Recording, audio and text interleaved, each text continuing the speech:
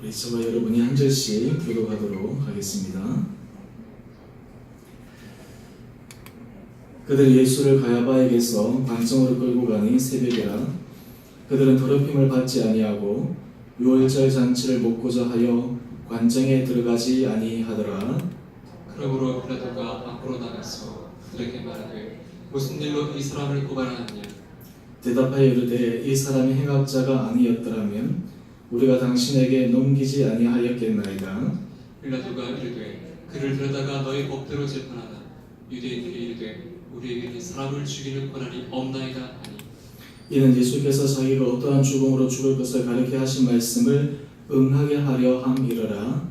이에 빌라도가 다시 관청에 들어가 예수를 불러 이르되 네가 유대인의 왕이냐. 예수께서 대답하시되 이는 내가 스스로 하는 말이냐 다른 사람들이 나에 대하여 내게 한 말이냐. 빌라도가 대답하되 내가 유대인이냐. 네 나라 사람과 대제사장들이 너를 내게 넘겼으니 네가 무엇을 했느냐. 예수께서 대답하시되 내 나라는 이 세상에 속한 것이 아니니라. 만일 내 나라가 이 세상에 속한 것이었더라면 내 종들이 싸워 나로 유대인들에게 넘겨지지 않게 하였으리라. 이제 내 나라는 여기에 속한 것이 아니니라. 빌라도가 이르되 그러면 네가 왕이 아니냐. 예수께서 대답하시되 네 말과 같이 내가 왕이니라. 내가 이를 위하여 태어났으며 이를 위하여 세상에 왔나니 곧 진리에 대하여 증언하려 함이라. 무릇 진리에 속한 자는 내 음성을 듣느니라 하신대. 빌라도가 이르되 진리가 무엇이냐 하더라. 이 말을 하고 다시 유대인들에게 나가서 이르되 나는 그에게서 아무 죄도 찾지 못하였노라. 유월절이면 내가 너에게 한 사람을 놓아준 전례가 있으니 그러면 너희는 내가 유대인의 왕을 너에게 놓아주기를 원하느냐 하니. 그들이 또 소리질러 이르되 이 사람이 아니라 바라바라 하니 바라바는 강도였더라. 아멘. 2월 28일 우리 수요예배 나오신 여러분 한 분 한 분들을 주님 이름으로 축복합니다. 우리 지금 사순절 기간을 보내고 있는데 오늘 특별히 이 빌라도의 변명이라는 제목으로 오늘 이 빌라도의 삶의 모습을 통해서 오늘 우리의 삶을 함께 조명하는 시간을 갖고자 합니다. 여러분 살아가면서 여러분들이 억울한 일들을 아마 당해보신 그런 일들이 있을 것입니다. 사실이 아닌데 다른 사람들에게 곡해되어져서 그로 인해 가지고 여러 가지 많은 고통, 때로는 수치, 심지어는 사람들로 하여금 이 모함을 당하는 그런 순간들이 참 많았을 것인데 이 사도신경을 우리가 세번에게 보게 되면 우리가 항상 고백하는 고백 가운데 이런 고백이 있습니다. 본디오 빌라도에게 고난을 받아 십자가에 못 박혀 죽으시고. 우리가 그냥 사도신경을 고백할 때마다 이 자연스럽게 이런 고백을 하는데요.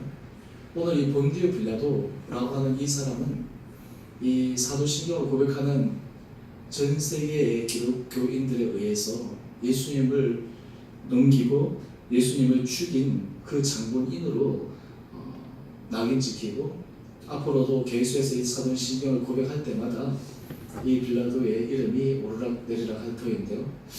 오늘 우리가 말씀을 통해서 잠시 살펴보면 그러면 이 빌라도는 정말 이 예수님을 넘기고 십자가에 못 박혀 죽이고 그래서 정말 우리가 사도신경을 통해서 그의 이름을 계속해서 어떤 의미에서 예수님을 팔아버린 사람으로 낙인 찍을 만큼 그는 그렇게 나쁜 행동을 했는가.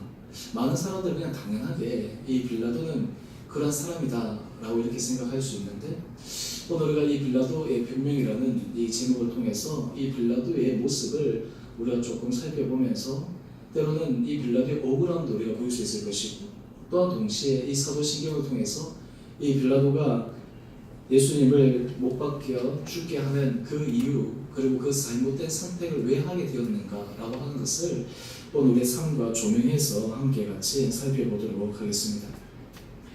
오늘 지금 이 빌라도는 이 당시 유대 지방의 총독으로 자리 잡고 있었습니다.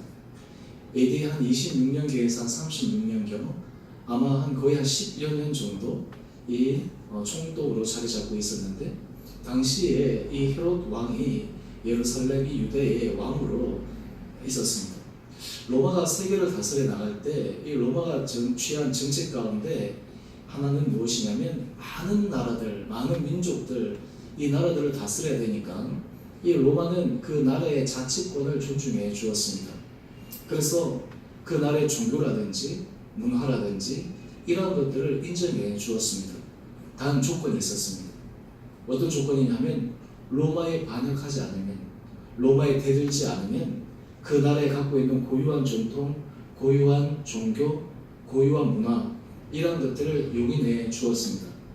이러한 로마의 포괄적인 정책으로 말미암아서 사실 유대인들도 이 자기 자치적인 회당을 통해서 하나님의 말씀을 계속해서 배울 수 있었고, 그리고 예수님께서 하나님 나라의 복음을 전하는 데 있어서도 그렇게 큰 방해를 받지 아니했습니다.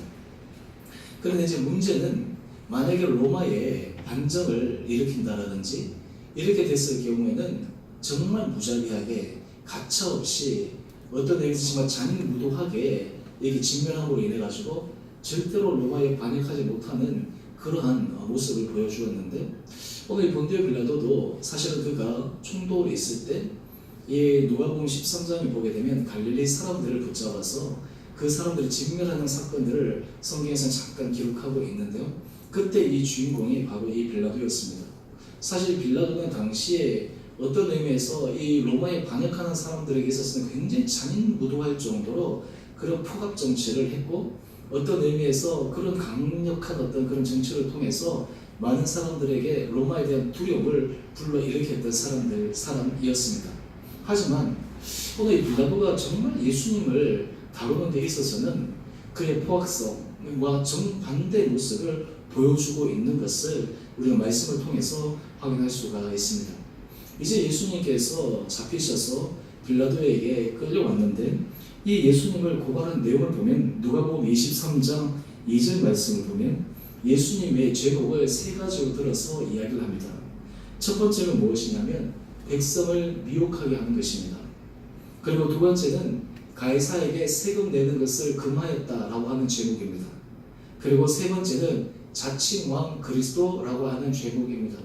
그런데 지금 이 빌라도 입장에서 보았을 때는 백성을 미혹하게 한다라든지 세금 내는 것을 금한다라든지 그리고 자칭왕 그리스도라고 한다든지, 사실 이러한 것들은 어떤 의미에서 로마에 온전히 반정을 일으킬 만큼 그런 반역죄로 볼 수 있는 것은 아니었기 때문에, 또한 동시에 예수에 대한 소문도 그가 여러 가지 루트를 통해서 들었을 때 그가 과연 예수님을 죽일 만한 그런 사람으로 생각하고 있지 않았다라고 하는 것을 우리가 말씀들을 통해서 확인할 수가 있습니다.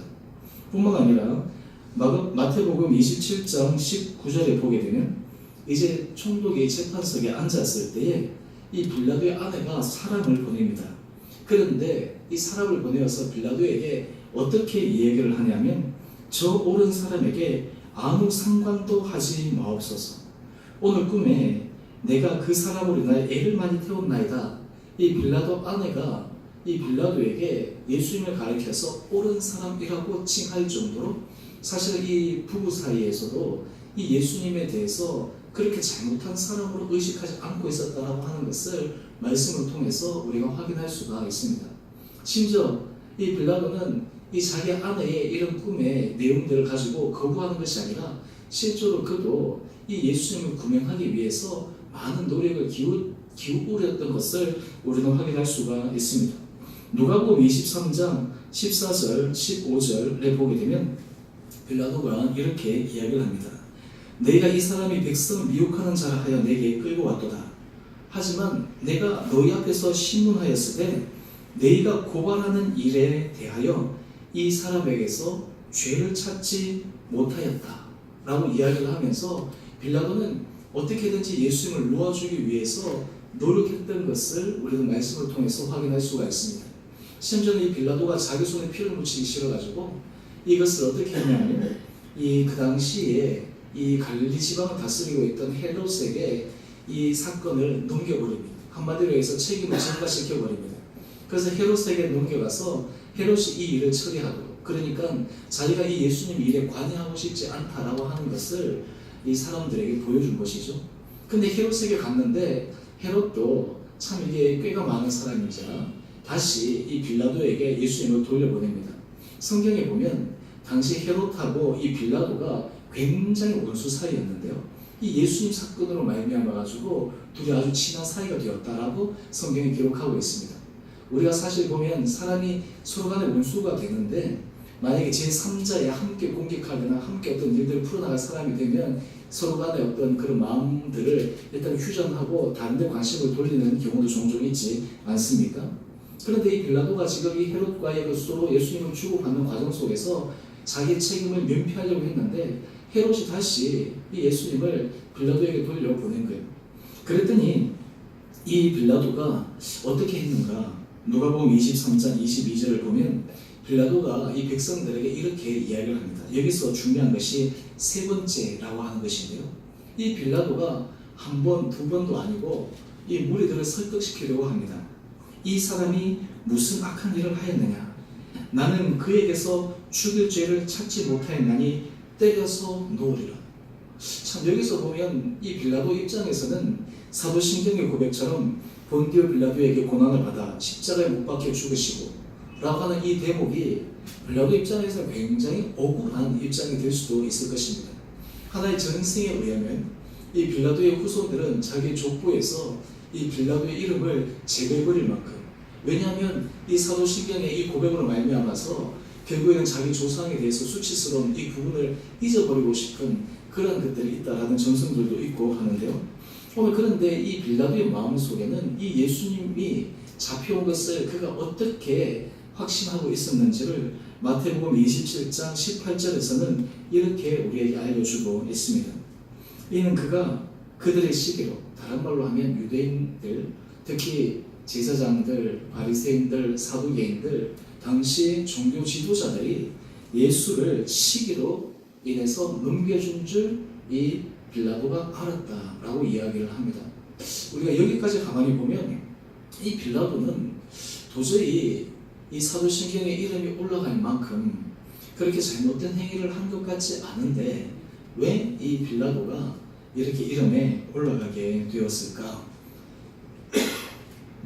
또한 동시에 우리가 빌라도의 한 심리적인 부분을 좀 더 한 더 레이어 더 깊게 들어가 보면 오늘 지금 이 빌라도가 예수님을 심문하는 장면을 오늘 우리가 요한복음 18장에서 볼 수가 있는데, 오늘 지금 요한복음 18장 37절 말씀을 보면 예수님과의 대화 속에서 이 빌라도가 한 가지 질문을 합니다. 그 질문이 무엇이냐면 내가 유대인의 왕이냐? 라고 이야기를 합니다.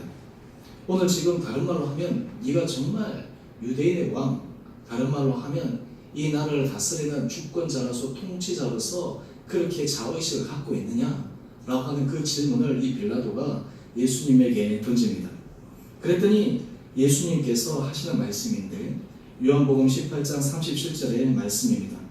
내 말과 같이 내가 왕이니라. 내가 이를 위하여 태어났으며 이를 위하여 세상에 왔나니 곧 진리에 대하여 증언하려 함이로라. 무릇 진리에 속한 자는 내 음성을 듣느니라 하신대. 지금 이 빌라도가 이 예수님의 말씀을 듣고 그 말씀이 도대체 어떤 의미인지 궁금증을 가지기까지 이르렀습니다. 그러면서 요한복음 18장 38절 말씀을 보면 이 빌라도가 이렇게 다시 질문을 합니다. 진리가 무엇이냐? 참 어떤 의미에서 이 예수님과 이 빌라도의 짧은 그 대화의 속에서 이 빌라도가 갖고 있던 그 생각과 의도를 우리는 확인할 수가 있습니다.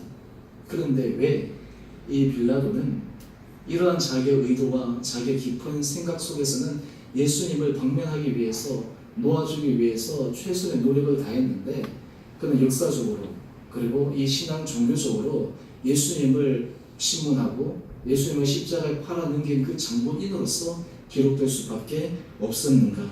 심지어는 요한복음 18장 38절 이 하반절 이하의 말씀을 보게 되면 그는 다시 얘기합니다.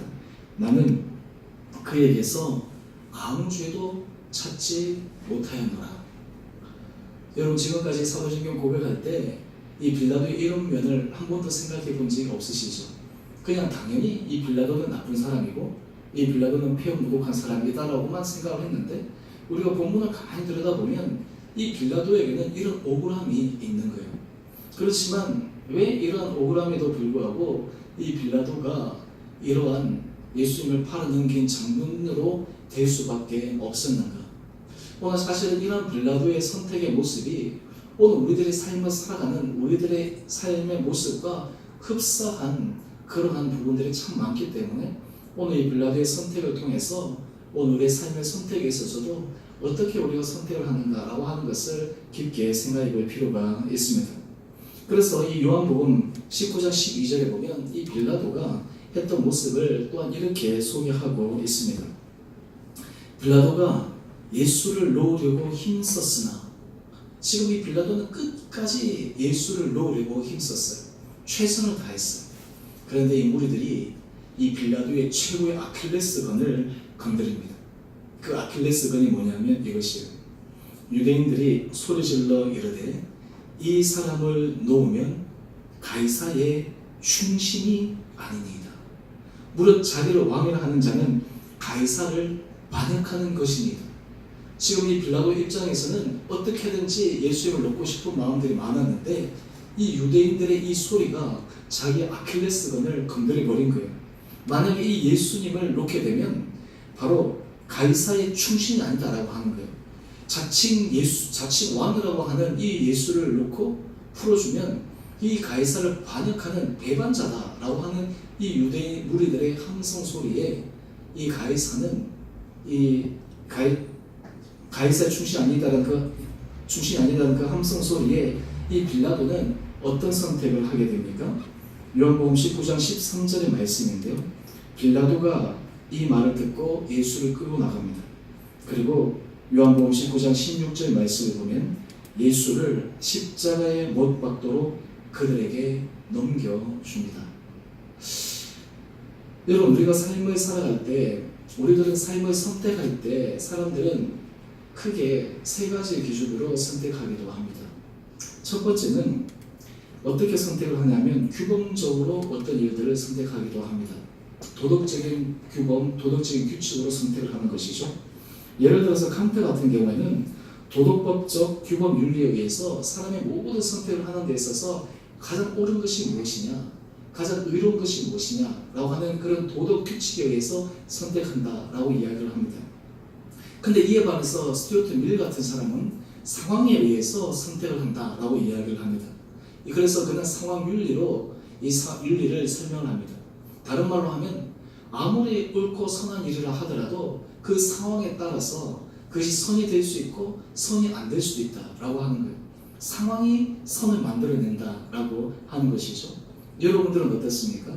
여러분들은 어떤 선택을 할 때, 어떤 옳은 선택을 할 때 이 규범에 의해서 선택을 하십니까? 아니면 이 상황에 의해서 선택을 하십니까? 또 하나의 선택의 기준은 무엇이냐면 자신의 자기의 자아에 의해서 선택하는 기준이 있습니다. 예를 들어서 사르트르 같은 경우에는요, 이 윤리적인 실존에 의해서 사람들은 자기 자신의 실존적인 존재, 내가 누구인가, 자기 자신의 근본적인 어떤 그 이익에 의해서 어떤 선택을 한다라고 하는 실존의 윤리를 앞세우고 있습니다. 오늘 그런데 지금 이 빌라도 입장에서는 그가 규범, 상황, 이 세 가지의 선택 가운데서 그는 어느 것을 가지고 선택을 했는가라고 하는 거예요. 오늘 지금 보면 사실은 이 빌라도 입장에서는 자기가 갖고 있는 도덕법적인 양심의 법칙에 의하면 예수님을 놓아주어야 했습니다. 그런데 상황적으로 보면 이 예수님을 놓아주었다가는 지금 이 가이사의 충신이 아니라는 그 소리 때문에 예수님을 지금 놓아줄 수도 없는 거예요. 또 지금 자기의 실존적인 자를 보게 되면 자기가 지금 총독의 자리에 있는데 만약에 유대인들이 지금 이 빌라도가 예수님을 끝까지 놓아주지 않고 지키려고 했다가 만약에 밀란이 일어났다. 그렇게 되면 지금 자기의 총독의 자리가 위태로워져 버리고 마는 것이다. 이런 상황 가운데서 지금 이 빌라도가 선택하는 것은 결국에는 상황이라든지 자기 실존이라든지 이런 부분들에 의해서 선택을 하고 맙니다. 여러분, 우리가 삶을 살아가면서 오늘 우리의 선택의 기준에 있어서 우리는 어떤 부분으로 인해서 어떤 조건을 가지고 우리가 선택하게 되는가? 사실은 이 빌라도가 오늘 그가 역사적 앞에서 정말 어떤 선택을 하느냐에 따라서 그의 이름이 정말 의인으로서 칭하는 그런 놀라운 자리에 설 수 있는 그 최조로의 기회에서 그는 사실은 잘못된 선택으로 인해서 역사적으로 그리고 이 사도신경의 신앙 고백으로 말미암아 바로 예수님을 팔아넘긴 그 가장 최전방에 선 그런 사람으로 낙인 찍혀버렸다라고 하는 것을 오늘 우리가 말씀을 통해서 확인할 수가 있습니다. 오늘 우리가 이쯤 되면 사실 우리가 빌라도에 대해서 좀 동정론이 일어나기도 합니다. 빌라도가 참 불쌍한 사람이다. 빌라도가 참 어떤 의미에서는 이렇게까지 오명을 뒤집어 쓰지 않아도 되는데 이 사도신경에 그냥 그 본디오 빌라도라고 하는 그 이름이 올라가가지고 그냥 이렇게 수많은 사람들, 우리 때만 그렇겠습니까? 앞으로 우리 후세들도 이 사도신경을 고백할 때마다 이 빌라도 이름을 계속해서 부르게 될 터인데 이런 잘못된 자기의 선택으로 인해 가지고 이런 역사적인 오명을 뒤집어 쓰게 되는 것. 오늘 그런데 우리가 가만히 들여다보면 과연 우리가 이 빌라도의 입장에서 있었다면 우리는 어떤 선택을 할 수 있었을까? 우리가 빌라도의 입장에 우리가 만약에 그 자리에 있었다면 우리는 어떻게 그 순간에 정말 옳은 결정을 할 수 있었을까? 사실 우리가 이 사순절 기간에는 예수님께서 우리를 위해서 십자가에 달려 죽으신 것을 묵상하면서 사실 우리의 가치관과 우리의 선택과 그리고 우리 삶에 있어서 중심들을 다시 한번 깊게 성찰하는 그러한 시간들입니다. 그런데 우리가 삶을 살아가다 보면 때로는 우리가 많은 부분에 있어서 잘못된 선택을 하는 그런 오류를 범하기도 합니다.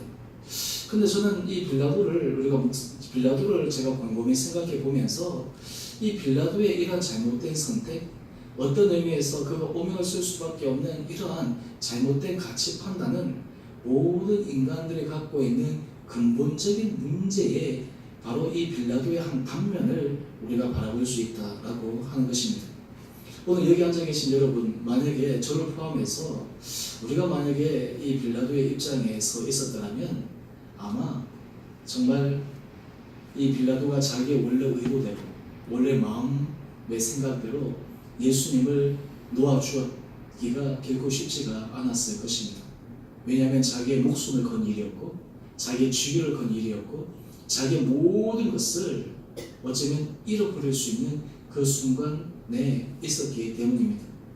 오늘 그렇기 때문에 사실 우리가 예수 그리스도를 따라가는 사람들은 많은 부분들에 있어서 우리가 예수님과 다른 것을 선택할 때 있어서 우리가 선택이 정말 내가 주님께서 기뻐하신 일을 선택했을 때 때로는 내게 손해가 나고 때로는 나에게 어떤 잘못된 일들이 일어났을 때 그럼에도 불구하고 내가 선택할 수 있는가 라고 하는 그 질문들을 해보게 됩니다. 제 아버지가 저에게 책을 2권을 보내오셨어요. 그래서 제가 이번 구정에 갔을 때 저한테 책을 보내겠다고 하셨는데 그 책을 아마 사셔서 보내셨는데 이 책을 보내시면서 그냥 보내시는 것이 아니고 이 편지를 쓰셨어요. 그래가지고 무려 이제 3장의 편지를 쓰셨는데 그러면서 이 편지의 제일 이 첫 부분에 뭐라고 쓰냐면 이번에 구정 때 봐서 너무너무 기뻤다고 그러면서 이 구정 때 봤던 그 기쁨으로 인해서 내가 몇 개월 동안 내가 기쁨으로 내가 살아갈 수 있을 것 같다고 이렇게 크게 쓰셨더라고요. 그래서 참 제가 제 첫 번째 시작은 그 문구를 보면서 이게 눈물이 정말 핑 돌더라고요. 사실 어떤 의미에서 이 부모 입장에서 이 자식이 가서 뭐 별것 아닌 얼굴만 비었을 것 뿐인데 그것으로 인해 가지고 이 정말 이 깊은 어떤 기쁨과 이 사랑의 마음들을 참 이렇게 느낄 수 있다는 것이 얼마나 감사한지. 그러면서 이제 쭉 그 밑에 내용들 가운데 한 부분들인데 저한테 그런 부분들을 썼습니다. 나는 너가 목회자로서 정말 하나님 앞에서 기뻐하시는 목회자 되기를 원하는데 네가 번영신학이라든지 또는 성공의 신학이라든지 이런 것들을 뛰어넘어서 정말 하나님 앞에서 기뻐하시는 그러한 신학, 그러한 목회가 되었으면 참 좋겠다. 그러면서 아버지 하신 말씀, 네가 나보다 더 훌륭한 목사가 될 것이다 라고 하는 그런 취지의 내용들을 적어 보내셨어요. 예전에 포항에 가면 지금 이제 포항 기쁨의 교회라고 있습니다. 이 포항 기쁨의 교회가 이 좌석이 한 5,000석 정도가 되나? 이런 큰 교회예요. 그게 이제 포항의 다른 그 원로 목사님이 이제 그 교회에 이제 아버지하고 저하고 이제 몇 사람들 같이 갔는데 그 교회를 이제 구경을 시켜주셨어요. 그러면서 그때 같이 갔던 사람들이 야 진짜 이 교회가 대단하네요 막 그러시고 이제 그랬는데 차를 타고 오면서 아버지가 하신 말씀이에요. 나는 이 담임 목사님 좀 젊은 분이 가셨다가 이제 교회를 건축하고 근데 교회 빚이 한 수백억이 있어가지고 이 목사님 하여튼 굉장히 스트레스가 좀 많고 막 좀 그런데요. 그러면서 나는 참 보니까 이 목회자 갖고 있는 그 마음의 짐이 참 안쓰러워 보인다, 이렇게 말씀을 하시는 거예요. 이 아버님이 이제 목회를 그렇게 하시면서도 본인도 이 목회에 있어서 본질에 대해서 정말 깊게 생각을 하는데, 오늘 아버님이 저한테 편지의 내용 중에 정말 핵심적인 포인트가 무엇이냐면, 정말 하나님 앞에서 기뻐받을 수 있는 그 선택이 무엇인가, 어떻게 그런 삶을 살아갈 수 있을 것인가 라고 하는 질문을 끊임없이 해야 된다라고 하는 이 편지의 내용들이었어요. 오늘 제가 이 말씀을 소개드리는 이유 가운데 하나는, 사실 오늘 우리가 삶을 살아가면서 오늘 우리의 많은 선택들이 실제로는 하나님 앞에서 어떤 선택을 하면서 살아가고 있는가. 때로는 우리가 이 빌라도와 같이 어떤 의미에서는 사실 많은 사람들이 공개적으로 비난과 수치를 당하는 그런 어떤 잘못된 어떤 부분들은 아니라 할지라도, 우리의 순간순간마다 우리의 선택이 때로는 하나님 앞에서 올바르지 못하는 그런 선택을 종종 할 때가 있잖아요. 때로 우리가 하나님의 이름을 위해서 한다라고 하지만 속의 깊은 부분에 들어가면 다른 선택을 할 때가 많잖아요. 요즘 우리가 한국 교회에 있어서 사실 큰 교회라든지 이런 교회들이 세상 사람들에게 많은 비난의 어떤 그 이유가 무엇이냐면 하나님의 영광을 위함이다 라고 이야기를 하지만, 좀 더 깊게 들어가면 그 안에는 돈 문제가 얽혀 있기도 하고, 그 안에는 자기가 갖고 있는 어떤 힘의 문제가 얽혀 있기도 하고, 다른 말로 하면 겉으로는 하나님을 위해서 하나님 앞에서 선한 일을 합니다 라고 얘기하면서도 그러한 어떤 뒤에 감추어진 그런 의도, 잘못된 의도가 있다라고 하는 것을 사람들이 느끼기 때문에 사람들이 큰 실망을 하는 것이 아닙니까? 오늘 지금 이 빌라도는 겉으로 드러나기에는 예수님을 놓으려고 했어요. 예수님을 풀어주려고 하고 예수님을 구해주려고 많은 노력을 기울였지만, 실제로 이 빌라도가 최종적인 선택에 있어서 했던 이유는 자기 암이었습니다. 자기 자리의 보존이었습니다. 자기가 생각했던 옳은 일에 대해서 선택한 것이 아니라 자기 순간의 이익에, 자기 순간의 그 자리에 집착해서 선택을 하고 맙니다. 그 결과 어떻게 되었습니까? 이 빌라도의 이름은 오욕의 이름의 대명사가 되었습니다. 여러분, 우리가 이 사순절 기간을 보내면서 이 빌라도는 우리들에게 어떤 의미에서 반면교사로서의 그러한 인물입니다.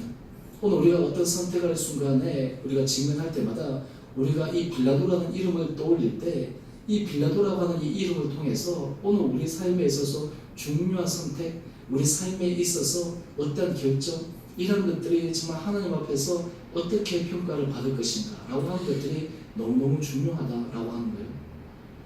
오늘 우리 새벽기도 말씀, 우리 마태복음 25장에 보면 거기에는 종말론적인 신앙에 관해서 세 가지의 비유가 나옵니다. 거기에는 열천의 비유가 나오고, 그리고 거기에는 이 달란트 비유가 나오고, 그리고 양과 염소의 비유가 나오는데요. 제가 오늘 이 아침에도 잠깐 올렸지만, 이 지극히 작은 자 하나에게 한 것이고 내게 한 것이다 라고 그렇게 제가 말씀을 올렸는데요. 이 마지막 때에 모든 사람들이 하나님 앞에 서서 우리가 한 모든 것, 심지어는 우리가 기억하지 못하는 것, 우리가 그냥 사사롭게 생각하는 그 일 하나하나도 하나님 앞에서 다 판단의 근거가 된다라고 하는 거예요. 오늘 우리가 이 사순절 기간들을 보내면서 하나님께서 우리 마음 가운데 우리가 하나님 앞에서 어떠한 심정으로, 어떠한 은혜로 우리가 하나님을 선택하고 살아갈지에 대해서 깊게 생각할 수 있는 저와 여러분이 되기를 간절히 소망합니다. 사실 우리가 삶을 살아가면서 우리 힘으로는 우리가 이것을 극복하기가 참 쉽지가 않습니다. 우리가 보면 이 상황을 뛰어넘고, 우리가 정말 환경을 뛰어넘고, 때로는 우리의 가치관을 뛰어넘어서 우리가 때로는 하나님 앞에서 정말 그 중심된 마음을 가지고 선택한다고 하는 것이 보통 어려운 일이 아닙니다. 오늘 그럼에도 불구하고 오늘 주님은 이 사순절 기간을 통해서 우리에게 말씀하십니다. 정말 하나님 앞에서 우리가 어떤 선택을 해야 되느냐, 하나님 앞에서 어떤 결정을 해야 되느냐 라고 하는 것이 우리 삶에 있어서 너무나 귀한 것이다 라고 하는 것을 오늘 우리가 빌라도의 삶의 인생을 통해서 다시 한번 확인할 수가 있습니다. 저는 바라기는 여러분들의 삶들 가운데서 여러분들의 선택, 여러분의 결정, 그리고 여러분들이 어떤 행하는 그 일들 하나하나가 정말 하나님 앞에서 의로운 결정, 하나님 앞에서 인정을 받는 결정, 때로는 하나님의 마음에 합한 그런 아름다운 결정들이 우리 가운데 있게 되기를 간절히 소망합니다. 때로는 여러분, 우리가 삶을 살아가다 보면 우리가 마음이 흔들릴 때가 있잖아요. 이건 아닌데, 이렇게 하면 안 되는데 라고 생각하는 그 순간 하나님께서 우리 가운데 은혜 주시기를 간절히 소망합니다. 오늘 이 빌라도는 바로 그러한 우리의 내면의 깊은 본성, 우리 내면의 연약함, 우리 내면에 우리가 넘어질 수밖에 없는 바로 그 수치스러운 부분을 단적으로 보여주는 그 인물이기 때문에 오늘 사실 우리가 이 빌라도를 우리가 하면서 빌라도가 본디오 빌라도에게 고난을 받아 십자가에 못 박혀 죽으시고 라고 하는 이 사도신경의 고백은 실제로는 이 이름에 누가 들어가야 되냐면 우리 이름이 들어가야 돼요. 바로 우리가 그 자리에 섰으면 우리도 그런 사람밖에 될 수 없고 오늘 우리도 순간순간마다 끊임없이 예수님을 못 받고 예수님을 넘기는 바로 그런 자리에서 살아갈 수밖에 없는 연약한 존재라는 것을 주님 앞에 고백할 때 하나님께서 우리들에게 놀라운 은혜 자리로 인도해 주실 줄 믿습니다. 저는 특별히 이 수요일에 나오신 여러분 한 분 한 분들은 정말 어떻게든지 하나님 앞에서 늘 옳은 길을 가고 하나님 기뻐하시는 가기 위해서 정말 몸부림치시고 최선을 다하시는 분으로 우리의 삶을 살아가기로 노력하는데 특별히 우리가 이 사순절 기간들을 통해서 더욱더 이 크신 은혜가 저와 여러분 가운데 있게 되기를 주님 이름으로 축원드립니다. 우리 함께 같이 우리 찬양하도록 하겠습니다. 우리 찬송가 우리 290장입니다.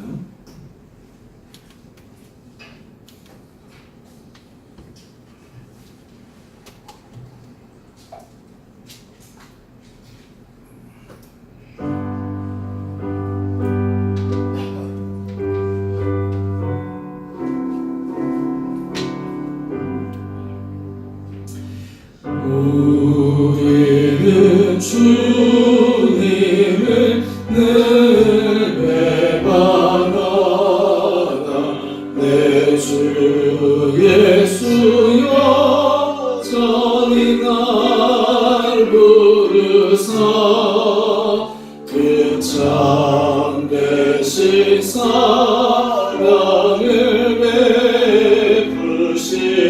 베푸시나니 내 형제여 주님을 곧 따르라 주 널 위해 비네 주 널 위해 비네 주 널 위해 비네 항상 비심에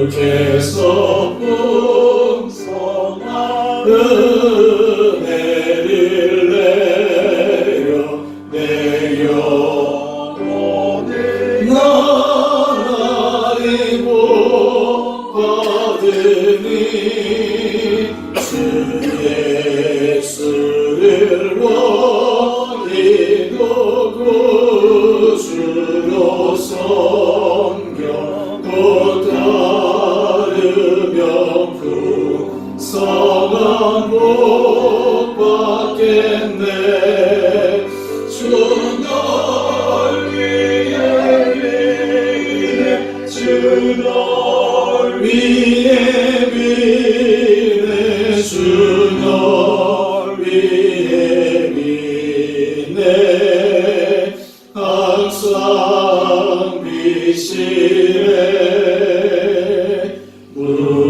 무거운 짐 지고 애타는 인생 주 예수께 돌아와 곧 쉬어라 내 주 예수 너희를 돌보실 때에 참복 낙과 네가 넘치겠네 주 널 위해 비네 주 널 위해 비네 주 널 위해 비네 항상 비시